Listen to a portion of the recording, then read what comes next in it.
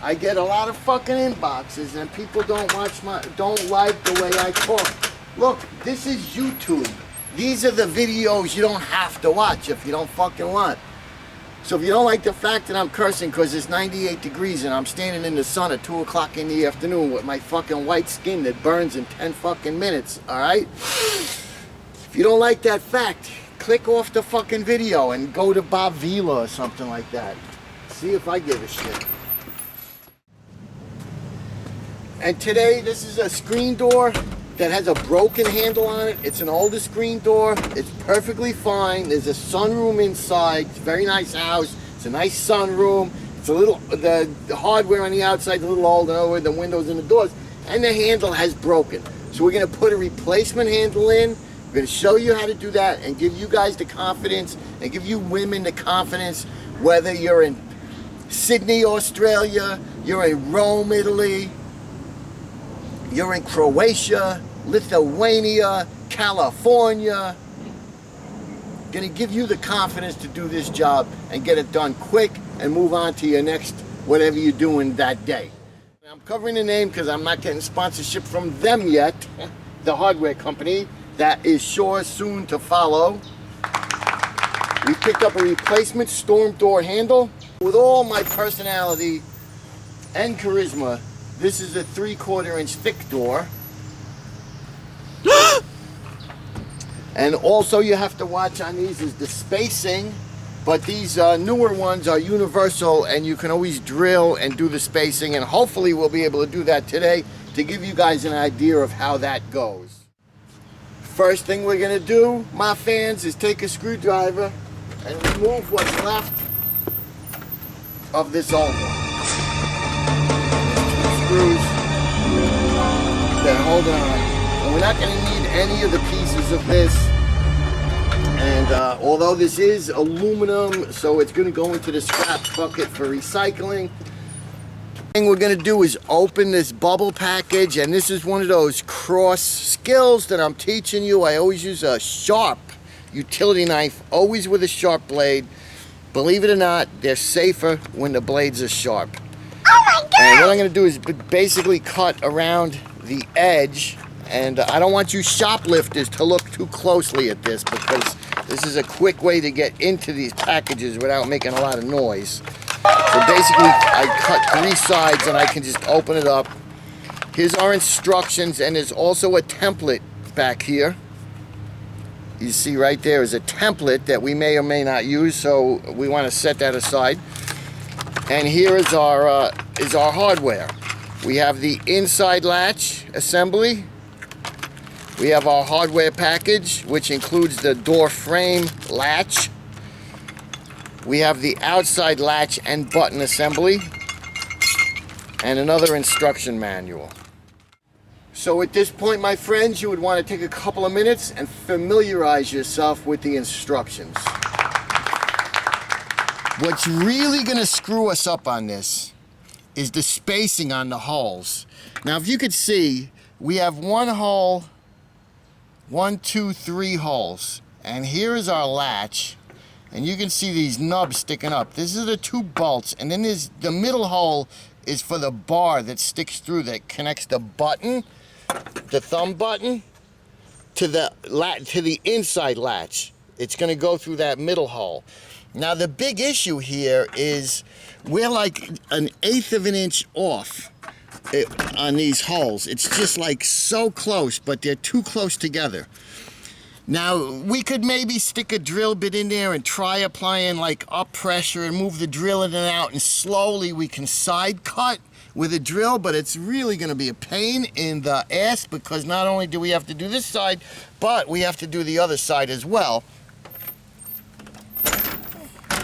We would have to do the other side as well with the side cut motion. What I'm probably going to do, and is the easy way, is I'm going to take a jigsaw, a power jigsaw, and I'm going to look around in here for an electric outlet. There we go, we got electric outlet. Hopefully it's on. And what I'm going to do is put the little metal cutting blade on the jigsaw, and I'm just going to extend this up like a 1/4 inch, or maybe, actually probably the bottom hole, because it looks like I have more space in the top than the bottom. So I'm probably gonna extend that bottom hole to make, okay, to make 1, 2, match 1, 2, so it sits in there flush. Because I'm basically figuring out what the hell I'm gonna do. So I'm holding up the template to the original holes, and I see the top hole and the middle hole line up just fine, but you can see that bottom hole comes up short. So I'm gonna mark it, and I have to take out like that much material.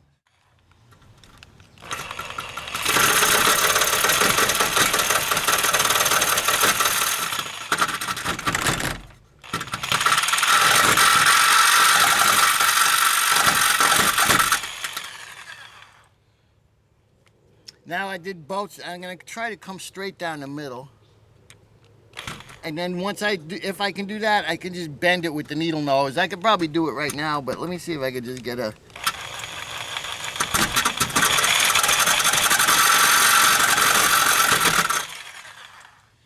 Oh, very good.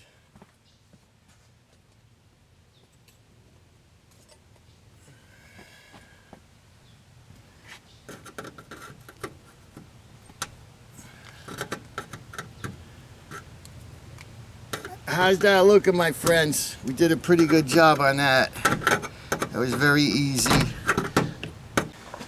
Great, that's the side you saw us do, and then off camera we did the second side, exact same procedure. We matched it up with the template, we made our pencil mark, and we just took off a little material. I have propped it open with the little prop open thing here, just so I can get to both sides. Now what we're gonna do is basically go to the instructions. Following the instructions, we're gonna install the lock at this point because everything's lined up. There is a spring in this bag here that if you drop it, it's gonna bounce and you're never gonna see it again, and it's a peculiar spring that's like conical shape, so don't lose the spring. This here is the spindle. They want us to stick it through the door and line up one edge of the door with that arrow, and then break off with two pairs of pliers. They want us to break off the first exposed crack mark. So that's what we're gonna do. We're gonna stick it in until the arrow line is even with this side, and then actually we're gonna take one nub off that side there. Sometimes I like to use these, and I just put it right on the line. And I'll just nip it off.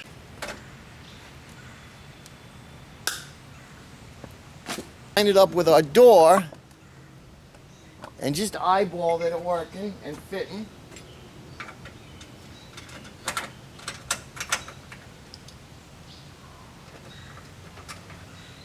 And that the spindle is the correct length.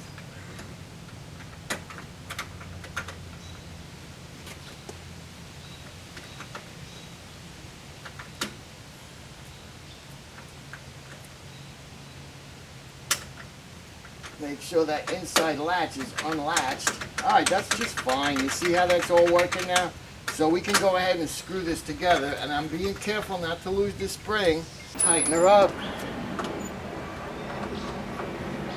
Not crazy retarded tight, but definitely snug it up. Now we're going to check that it indeed works.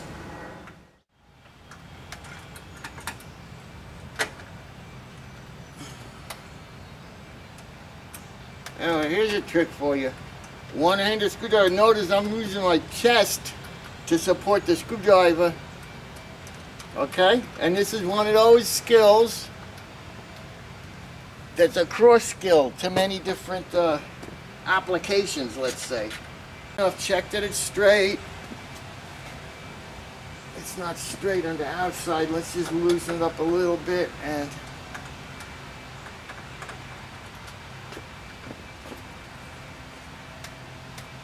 it's perfect. Perfect.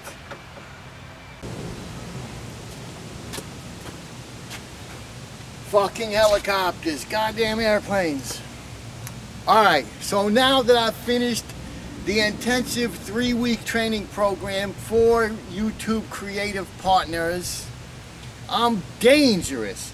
I mean, between my persona, my distinct personality, my overall ability to explain things to people worldwide, I'm dangerous on this YouTube.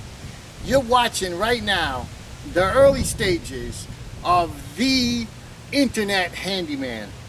Okay, so look forward to years and years of me teaching you how to do various things around your house. Trying not to curse as I said that. So if I helped you out in any way with this doorknob or any door fucking issue now that you watched this video, rate, comment, and sub. It really helps me out. Until the next problem, it's the Handyman Zone, signing out.